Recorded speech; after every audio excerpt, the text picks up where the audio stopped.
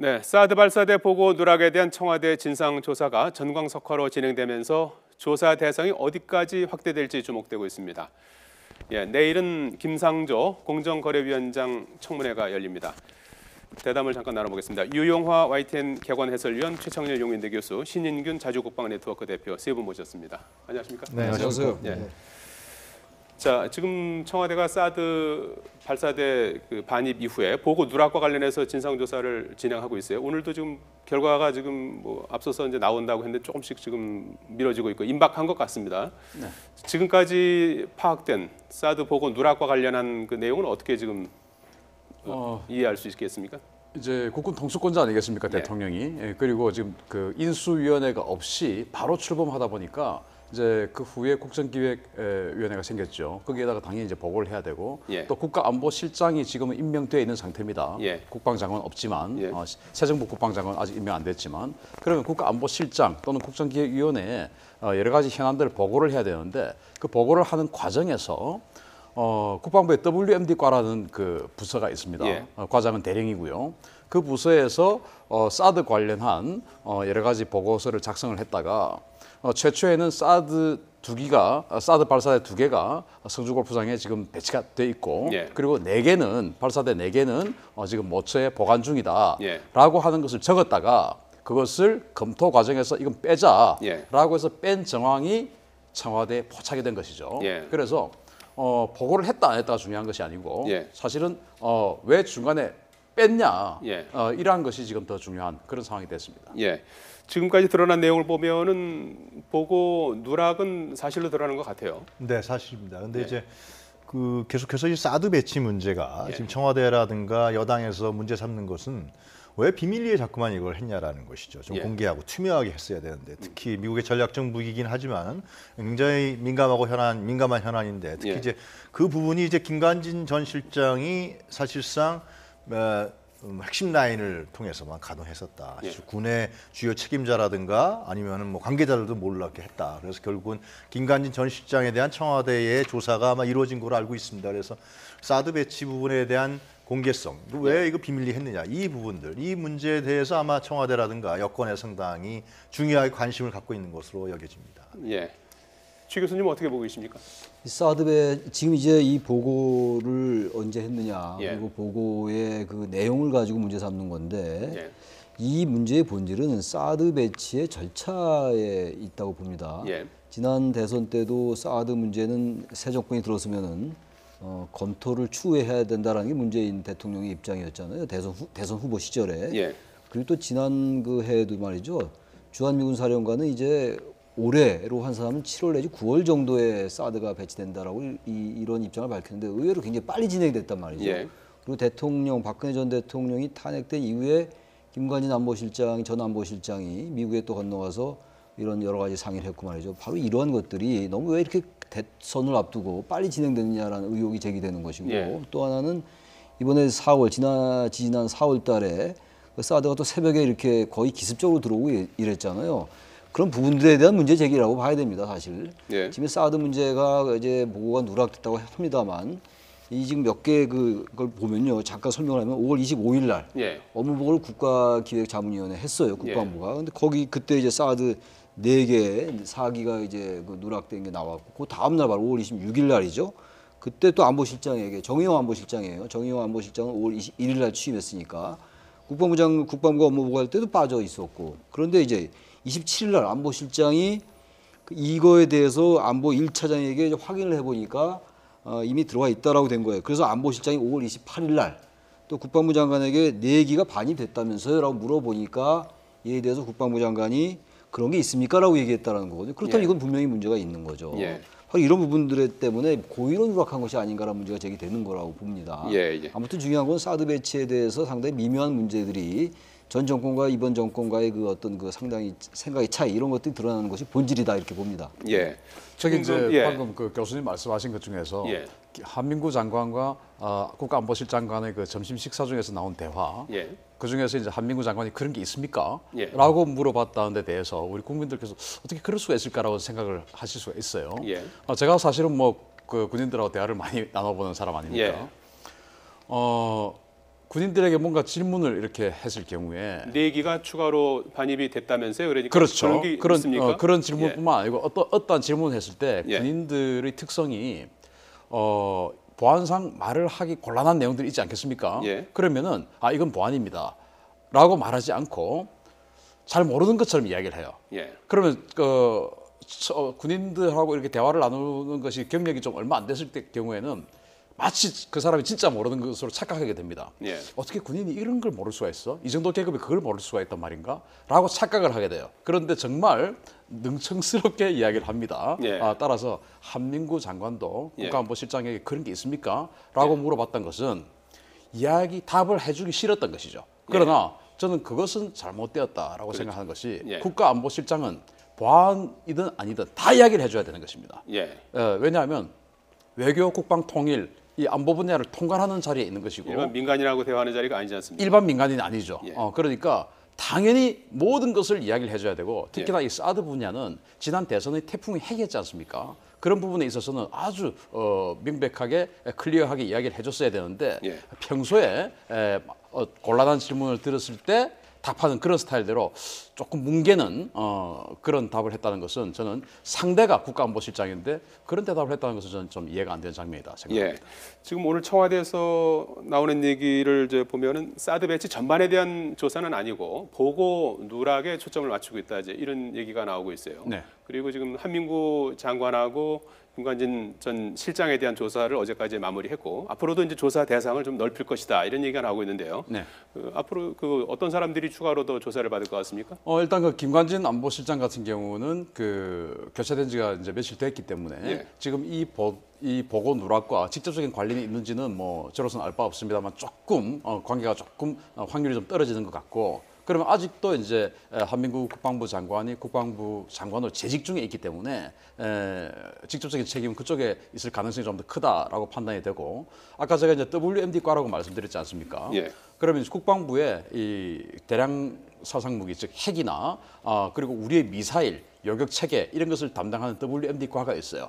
또 그리고 이런 그 미사일 방어 시스템 그리고 사드 반입 이런 것에 대해서 전체적으로 통과를 한 부서는 어딘가 하면 국방부 정책실입니다. 지금 현재는 육군 중장이 정책실장을 맡고 있는데 그 정책실 차관복급이죠. 예. 정책실이고 그 아래에 그 모든 것을 통괄하는 그 정책실의 기획 분야라고 또는 국방부 전체의 기획 분야라고 할 수 있는 정책기획국이 있어요. 이 두 군데 라인에서 여기 정책기획국장도 현재 육군 소장이에요. 투스타죠. 예. 여기에서 다 보고를 받는 것으로 저는 알고 있습니다. 따라서 WMD 과장은 대령입니다. 공군 대령. 예. 자기가 직접 안 적었겠죠. 예. 처음에는 실무자인 중령이 적었겠죠. 적어서 사실대로 관계를 적었고 아마도 저는 이거 사실관계는 아니고 제가 평소에 봤을 때 이럴 것이다라는 판단을 하는 겁니다. 예. 그러면 이제 공군 대령인 WMD 과장은 그 사실관계를 가지고 아마 위에 보고를 했겠죠. 그 위는 아마 정책국이 될 겁니다. 예. 그럼 정책국이나 정책실장 측에서는 이런 것까지 사실 그대로 보고할 필요가 있을까라고 예. 판단을 해서 그 아래 선에서 스스로 판단해서 그 정도 선에서 이거는 빼자라고 했을 수도 있고 예. 그리고 정책실장 정도 되면 거의 매일 장관에게 보고를 합니다. 예. 그럼 장관에게 보고를 해서 이거 어떻게 하는 게 좋겠습니까? 라고 장관의 지침을 받았을 수도 있어요. 그래서 지금 뭐 청와대의 조사가 어디까지 진행되는지 모르겠지만 과연 어느 선에서 이 보고를 누락을 시켰느냐 그러한 그러니까 정책국장선이냐 아니면 정책실장선이냐 아니면 장관선이냐 예. 뭐 이런 걸 밝히는 것이 과제가 아닌가 생각합니다. 보고 누락한 이유는 뭐라고 보십니까, 위원님은? 그러니까 그것이 지금 현 여권에서는 상당히 불쾌하게 받아들이는 거 아니겠습니까? 현직 대통령이 국군 통수권자고 그리고 집권한 지 이제 20일도 넘었는데 그동안에 충분히 보고를 했어야 되고 정식으로 보고를 했어야 되는데 왜 그걸 보고 안 했는지 도통 모르겠다. 그래서 조사를 하고 있는 걸로 알고 있습니다만은 하여튼 지금 여권에서 이 문제 사드 부분에 대해서 굉장히 민감하게 받아들이는 것 같아요. 그것은 왜 그러냐면 그전에도 국회에서 국방위에서 이 사드 배치 문제를 갖고서 국방위원들이 이 김관진 전 실장이라는 국방부에 질의를 한 걸로 제가 알고 있습니다.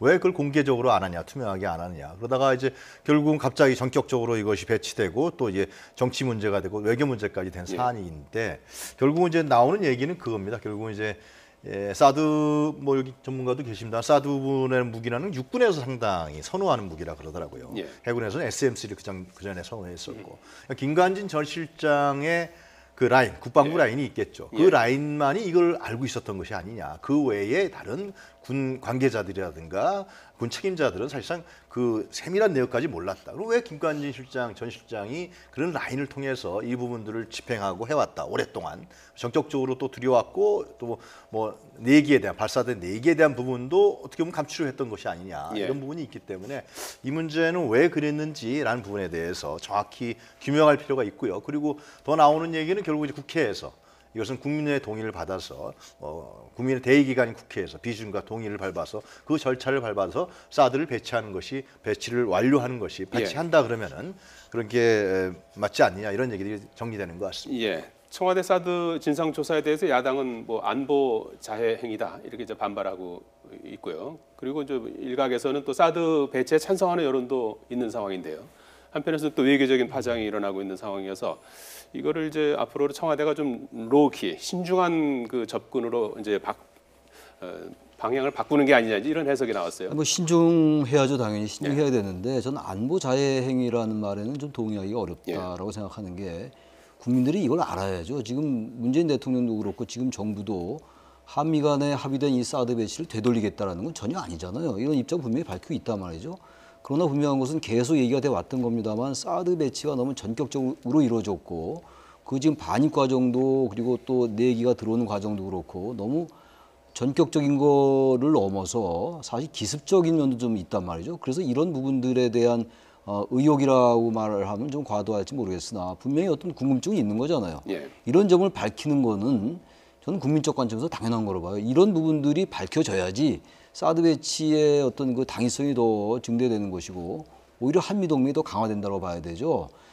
어떤 형태로든 간에 지금 대통령에게 보고되지 않았고 특히 이제 김관진 전 안보실장이 지금 정의용 안보실장이 취임한 지가 지금 21일인데 시간이 꽤 지났잖아요. 근데 인수인계가 안 됐단 말이죠. 이런 것들을 밝히겠다는 거기 때문에 오히려 전 야권이 오히려 민감하게 반응한다. 이 부분에 대해서 저는 이렇게 생각합니다. 예. 보고 누락에 대해서 초점을 맞춰서 지금 이제 조사가 이루어지고 있고 이제 반입 과정은 아니다. 그게 이제 초점은 아니다 이런 언급이 있었는데 사실 또 궁금한 것은 이 반입 과정이 조금 일사천리로 좀 일방적으로 좀 진행됐다라는 생각들은 많이 하는 거 아니겠습니까? 신 대표님은 왜 그랬다고 보십니까? 애초에 그 사드를 그러니까 이 국정농단 사태에서 탄핵 정국이 생기기 전까지는 작년 6월 22일 정도에 사드 배치를 결정을 하고 7월 달에 성주로 발표를 했었습니다.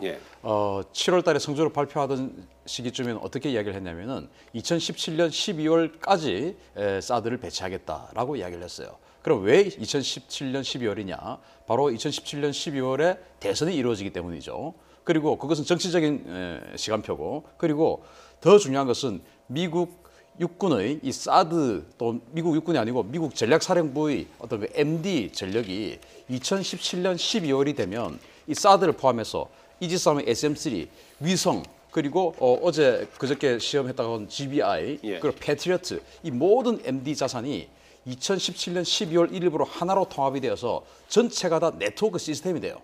그래서 2017년 12월 1일부터 사드가 한반도에 배치가 되면 이 미국의 태평양 MD 전구 시스템이 서쪽으로 한 1000km 정도 서진을 하게 되는 아주 중요한 그런 핵심적인 그야말로 활용 점정이다 할 수 있는 그런 그 시기거든요. 그래서 저는 정치적인 시기도 있지만 그 어떤 그 기술적인 측면 때문에 2017년 12월까지 사드를 배치하겠다라고 이야기를 한 것 같은데 이제 국정농단 사태가 발생을 하고 대선이 또 빨리 치러지고 또 정권이 교체될 것 같고 이 새로운 또 정권 당시 대통령 후보였던 문재인 후보는 사드에 대해서 다시 한번 들여다봐야 되는 것이 아니냐라는 일부 부정적인 측면이 있었고 그러니까 조금 급해졌겠죠. 그래서 급한 마음에 조금 더 빨리 진행되지 않았느냐. 일단 그 황교안 총리 대행 체제가 그 국정을 유지를 할 때 갖다 놓는 것이 중요하지 않느냐.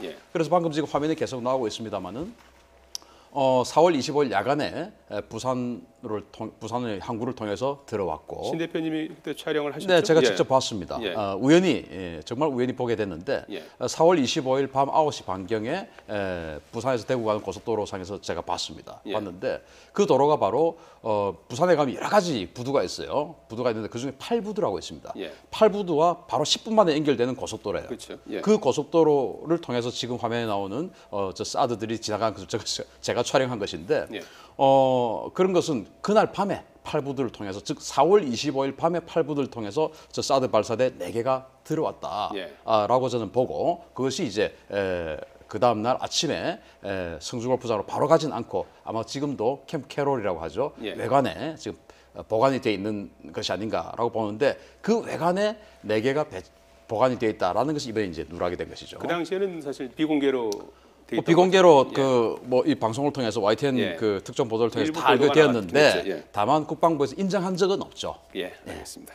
신윤균 대표님 말씀은 여기까지 좀 듣도록 하겠습니다. 예, 정치권 소식을 좀 계속해서 살펴보도록 하겠습니다. 내일 문재인 정부 재벌 계획의 적임자로 지목된 김상조 공정거래위원장 후보자에 대한 인사청문회가 열리게 되죠. 예, 내일 청문회에서 김상조 후보자가 좀 적극적으로 좀 해명해야 될 내용들은 어떤 거라고 보십니까? 지금 워낙 뭐 언론이라든가 예. 특히 야권에서 제기한 의혹이 한 13가지 정도는 됩니다. 그중에서 또 해명된 것도 있습니다. 뭐 위장전입 문제라든가 건강보험료 부인의 건강보험료 문제도 실제로 상근 근무자가 아니었다 해명된 부분들이 있고 여러 가지가 해명된 부분이 있는데 아직까지도 좀 해명되지 않은 부분들이 지금 있다라고 야권에서 주장하고 있는 것이죠. 그래서 내일 아마 이제 청문회 열렸을 때 과연 김상조 후보자가 자신에게 제기된 여러 가지 의혹 부분에 대해서 어떻게 해명할 것이냐. 근데 예. 저는 그 뭐 방문 연구원 그 문제도 있지 않습니까? 그걸 이제 비스팅 스칼라라 그러는데 그것을 우리나라 할 때 방문 뭐 학자, 예. 방문 연구원, 방문 교수 이렇게 번역할 수 있는 거거든요. 예. 근데 그걸 갖고서 또 이제 왜 교수가 가서 가르치지도 않았는데 했느냐, 뭐 이런 식의 얘기까지 있는 것인데요. 예. 지금 이제 김상조 후보자 같은 경우는 사실은 문재인 정부에서 이제 재벌 개혁이라는 그 화두로서 상징적인 의미로서 공정거래위원장에 지명한 거 내정한 거 아니겠습니까? 예. 그래서 여러 가지의 저항도 있을 거라고 여겨지는데요. 그러나 하여튼 중요한 것은 공정거래위원장이면 도덕적 흥결이 없어야 되는 것이 분명한 것이죠. 그래서 예. 내일 청문회에서 과연 김상조 후보자가 이 문제를 적극적으로 그리고 정확하게 설득력 있게 해명하느냐 아니면은 계속 의혹으로 가져갈 것이냐 이 문제 예. 이제 중요한 포인트라고 여겨집니다. 최 교수님 어떤 점이 가장 쟁점이 될 것 같습니까? 지금 이제 뭐 부인의 특혜 취업 얘기도 나오고 있고 예. 뭐 아파트를 뭐 다운 계약서 작성해서 매매를 했다는 얘기가 나오고 있고요. 또 김 후보자 스스로가 연구 용역 절차를 다른 학술지에 뭐 셀프 표절했다 뭐 이런 얘기도 나오고 있고 여러 가지 나오고 있어요. 예. 근데 뭐 부인의 뭐 특혜 취업이라는 건 또 자격이 안 돼서 또 뭐 토익 점수가 901점이라야 되는데 900점 받았다 이런 얘기 나오고 있는데 예. 어떤 부분은 좀 과도하게 좀 제기되는 부분도 있는 것 같고요. 근데 분명한 거는 너무 많이 지금 많은 아이템, 많은 항목들이 제기가 되고 있다는 거예요. 어느 한두 가지가 집중적으로 제기되는 게 아니라서 그리고 지금 방금 말씀처럼 이 공정거래위원회 위원장은 뭐 다른 후보들도 마찬가지입니다만 특히 도덕성이 대단히 중요한 거잖아요. 예. 공정한 시장의 질서를 뭐 이제 바로 잡아야 되는 것도 바로 잡는 겁니다만 우리 한국 사회 전체의 공정의 문제라든지 정의의 문제 이런 부분들과도 관련되는 것이기 때문에 이런 것들이 글쎄 야당이 굉장히 그 검증을 송곳처럼 할 것 같아요. 이낙연 후보자는 물론 이낙연 총리는 이제 통과됐다 하더라도 내일 어쨌든 간에 지금 야당의 이러한 검증에 대해서 분명히 밝히지 않으면은 의외로 굉장히 어려워질 수 있다라는 생각도 좀 들기도 듭니다. 예. 7일에는 김동연 경제부총리 겸 기획재정부 장관 그리고 강경화 외교부 장관 후보자 인사청문회가 동시에 열리게 되는데 어떻게 예상하십니까? 일단 지금 강경화 후보자가 지금 야당에서 예. 상당히 뭐 도저히 강경화 후보자는 청문회 부분에서 이제 통과할 수가 없다. 통과라기보다도 이제 보고서 채택에 반대하겠다 그런 예. 것이죠. 근데 강경화 후보자가 이제 청와대에서 선제적으로 얘기했었어요 당시에 인사수석이 위장전입 문제와 이중국적 예. 문제가 있다. 근데 이제 그것만에 국한됐던 것이 아니라 거기서 이제 자꾸만 꼬리에 꼬리를 무는 게 된 겁니다. 그러니까 위장전입을 할 때 얻었던 집이 실제로 뭐 이하여고 재단 관사였다 이런 얘기도 나온 것이고 친척 집이 아니었다라는 문제가 나오고 그 다음에 또 증여세 문제. 자식에 대한 증여세 부분도 뭐 최근에 와서 자진 납부하는 그런 예. 문제가 생기기 때문에 그 강경화 후보자는 처음의 부분과 좀 부풀려서 자꾸만 나가고 있다는 것이죠. 오늘 이 부분에 대한 적극적 해명이 확실히 지금 나오고 있지 않은 상황이고요. 물론 그런 점이 있습니다. 청와대에서 이제 강경화 후보자를 발표할 때는 그러한 약점이 있지라도 능력의 부분에 있어서는 세계 무대에서 유엔에서 인정된 사람이 아니냐, 그런 능력과 자질에 대한 부분들로 인해서 이제 외교부를 새롭게 끌고 나갈 수 있는 여성이다, 이런 부분을 파격적인 인사였는데 과연 이제 6월 7일 날 열립니다. 그래서 그 전에라도 저는 강경화 후보자가 이 문제에 대해서 적극적인 설득력 있는 해명들이 필요하지 않겠느냐. 아마 1순위로 아마 야권에서 꼽고 있는 것 같아요. 강경화 후보자 부분에 대해서. 그 예봉들을 1순위라고 하는 것은 이게 떨어뜨리겠다 이거죠. 하겠다. 지금 현재. 그래서 그 문제에 대해서 청와대라든가 아니면 강경화 본인이 이 문제는 사실상, 왜냐하면 그 인사검증할 시간도 별로 없었습니다. 그래서 본인이 이 문제를 어떻게 설득력 있게 국민들에게 내놓느냐, 이 문제가 관건이 될 것 같습니다. 본인이 뭐 충분히 준비하고 있다고 하니까 네, 그런 얘기 나오고 있습니다. 지켜보기로 하고요. 김동연 경제부총리 같은 경우에는 특별한 하자가 없습니까? 현재 뭐 강경화 후보자나 김상조 후보자에 비해서 뚜렷하게 부각되는 건 없는 것 같아요. 그러니까 야당에서도 지금 어쨌든 두 후보에 이제 앞서 이제 말씀드린 이 후보들에게 초점을 맞추는 것 같아요. 근데 상당히 생각보다 지금 만만치 않을 것 같아요. 강경화 후보자 얘기 충분히 설명했습니다만 김상조 후보자도 그렇고 분명하게 국민들이 납득할 수 있게끔 해야 되는데 역시 중요한 건 국민 여론인 것 같아요. 이번에 이낙연 총리도 통과될 때 야당이 여러 의혹을 제기했다 하더라도 여론이 일단 그 이낙연 총리에게 좀 호의적이었거든요. 이 결국 이제 후보자들도 특히 김상주 후보자나 이제 강경화 후보자 두 사람도 여론이 어떻게 형성되느냐가 결정적일 것 같습니다. 국민 눈높이에 얼마나 맞추는 해명해낼 것인가가 관건이 아니겠는가 이렇게 보여집니다. 김상조 후보자는 그동안에 어떻게 짧은 시간에 이렇게 김상조 개인에 대한 비리가 이런 부분들이 많이 나올 수 있느냐. 이것은 김상조 후보자가 재벌개혁이라는 문제가 들고 나왔기 때문에 좀 반대적인 부분에서 자꾸만 제보가 들어오는 거 아니냐. 그런 얘기도 여권에서 있는 게 사실입니다. 그러나 하여튼 이 문재인 정부에서의 재벌개혁의 어떤 상징성 부분들. 그래서 김상조 후보자가 낙마한다 그러면 상당히 그러한 부분에 문재인 정부의 타격을 볼 수밖에 없는 그런 측면도 있는 것 같습니다. 문재인 대통령이 수석보좌관 회의 월요일과 목요일에 하지 않습니까? 오늘 수석보좌관 회의 오전에 열린 수석보좌관 회의에서 일자리 추경안과 관련해서 빨리 국회에 좀 제출해 달라 그렇게 했고요. 그다음에 필요하다면 국회 가서 시정연설도 하겠다고 했는데 잠깐 좀 언급한 내용을 들어보시겠습니다. 일자리 추경에서도 국회의 협력이 대단히 중요합니다. 또 국회를 또 설득하는데 필요하다면 저도 일자리 추경안이 국회에 제출되고 난 이후에 적절한 시기에 직접 국회에 가서 시정연설의 형태로 일자리 추경의 필요성을 우리 의원들께 설명할 수도 있다고 생각합니다. 실제로 대통령 시정연설이 이루어진다면 1987년 이후에 가장 이른 시일 내에 이루어지는 시정연설이고요. 취임 후. 그리고 시정연설, 추경안 가지고 시정연설하는 건 처음이죠. 최초가 된다고 그래요. 87년도면 이제 민주화 이후에 만약에 추경 예산을 가지고 하게 되면 제일 빠른 거죠. 노무현 전 대통령이 37일 만에 취임 37일 만에 시정연설 아니라 이제 국회 가서 연설한 적이 있어. 이라크 파병에 관련돼 가지고 만약에 이제 하게 되면 거의 보름 만에 하는 것이기 때문에 가장 빠른 것이고 단지 이제 야당에서는 이 추경에 대해서 지금 추경 편성 여건이 되지 않는다라는 이런 입장이에요.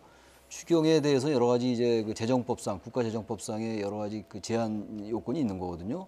여러 뭐 전쟁이라든지 뭐 대규모 자연재해가 발생했을 때라든지 그리고 경기 침체나 대량 실업 이런 것들인데 지금 어쨌든 일자리 문제가 굉장히 중요하게 대두되고 있기 때문에 지금 이 추경이라는 게 일자리를 위한 추경이거든요. 그래서 국민들에겐 상당한 호응을 받을 수가 있을 것 같아요. 단지 이제 5월 달에 성장세가 두드러졌다 지난달에 그렇기 때문에 추경 편성을 할 때가 아니다라는 게 야당의 주장인데 한 달 정도의 회복세를 가지고 지금 그렇게 얘기할 수 있는 상황은 아니죠. 지금 어쨌든 일자리 문제가 대단히 심각한 경제 문제이기 때문에 나름 국가재정법상의 여건에도 저는 맞는다라고 생각합니다. 그래서 어쨌든 문재인 대통령이 시정연설을 하게 된다면 가장 빠른 민주화 이후에 그런 시정연설이 될 거라고 봅니다.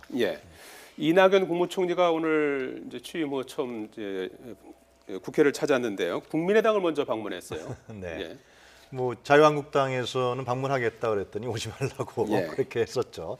자유한국당이 이제 완전 거의 이제 현 정부에 대해서 이제 갈라서겠다는 선전포고를 하는 식이나 마찬가지인데요. 결국은 지금 이제 이렇게 됨에 따라서 지금 현 정부, 특히 120석밖에 안 갖고 있는 집권 여당의 입장을 봤을 때는 국민의당과의 실질적인 협력을 어떻게 만들어내냐가 가장 중요합니다. 지금 말씀하신 추경도 마찬가지거든요. 예. 추경 부분도 통과시키려면은 그걸 국민의당의 협력을 받아내야 됩니다. 예. 모든 사안들이 지금 실제로 만약 자유한국당에서 이렇게 반대 날을 아주 강하게 세운다 그러면 결국 국민의당과 어떻게 실질적이고 상시적인 협력 관계를 만들어내느냐. 사실 이것이 어떻게 보면 문재인 정부의 상당히 국회 대국회 관계에서의 새로운 실험, 또 새로운 테스트가 되는, 또 개혁을 펼쳐나가는 데 있어서 상당히 중요한 개혁 입법 문제라든가 여러 가지 문제가 있기 때문에 상당히 중요한 실험이 될 것 같다. 그래서 이낙연 신임 총리가 국민의당부터 방문해서 우리는 같이 형제 아니냐, 같이 잘해가자, 막걸리 한잔 하자, 뭐 그런 식의 얘기들을 아주 따뜻한 얘기들을 했던 거로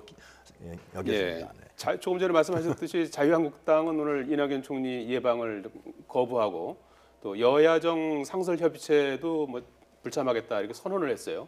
어떻게 보면 좀 전국이 급냉하고 있는 상황인데 어떻게 풀어야 된다고 보십니까? 지금 자유한국당이 이렇게 전국을 이제 이 냉각의 도를 끌어올리는 건 잘 전반적인 여건하고 좀 생뚱맞은 면이 좀 있는 것 같아요. 예. 총리 인준에 대해서 반대 의사를 표시할 수가 있는데 상당히 어쨌든 이 대립각을 최고조로 끌어올리는 것 같고 임기 초기에 일단 그 제1야당으로서의 존재감을 보이려는 것 같아요. 일단 예. 여야정 협의체라는 거는 기본적으로 이번 정권은 여가 됐건 야가 됐건 보수가 됐건 진보가 됐건 협치가 필요하다라는 공감대가 형성되고 있는 상황이거든요. 그럼 정치권뿐만이 아니라 우리 한국 사회 그리고 시민사회 다 그런데 제1야당이 지금 이런 식으로 계속 긴장 관계를 유지하려 하는 것은 아무튼 임기 초기에 이런 모습을 보여주지 않으면은 당이 지금 이 탄핵 과정에서 탄핵을 반대하면서 여전히 여러 가지 어려움에 처해 있어요. 거기에 대한 어떤 국민에 대한 깊은 성찰이나 이런 것들이 없는 상황에서 외부로 어떤 이러한 전선을 확대하지 않으면 오히려 당의 내부에 어떤 기강을 잡는 데 좀 어려움이 있다라는 그런 전략적 판단도 작용된 것이 아닌가라고 보여지는데 아무튼 여야정 협의체를 거부하고 총리의 방문까지 거부하는 게 과연 야당의 역할인가라는 것에 대해서는 여러 가지 어떤 의문이 제기되기도 한다고 봅니다. 예. 내부 결속력을 지금 최 교수님이 이제 해석하셨듯이 내부 결속력을 다지는 일, 내부적인 요인이 강한 측면도 있고요, 강경한 입장이. 두 번째는 지금 문재인 정부가 아마 개혁 드라이브를 계속 걸려고 하지 않습니까? 예. 4대강 문제라든가 부정부패 문제라든가 이런 것이 사실상 과거 정권과 상당히 밀접하게 관련된 문제입니다. 예. 그래서 이 부분에 대해서 방어를 해야 되겠다. 예. 뭐 그러한 여러 가지 정치적인 생각도 있는 것 같습니다. 예, 오늘 말씀 여기서 줄여야 될 것 같습니다. 유영아 YTN 객관 해설위원 그리고 최창렬 용인대 교수였습니다. 고맙습니다. 예.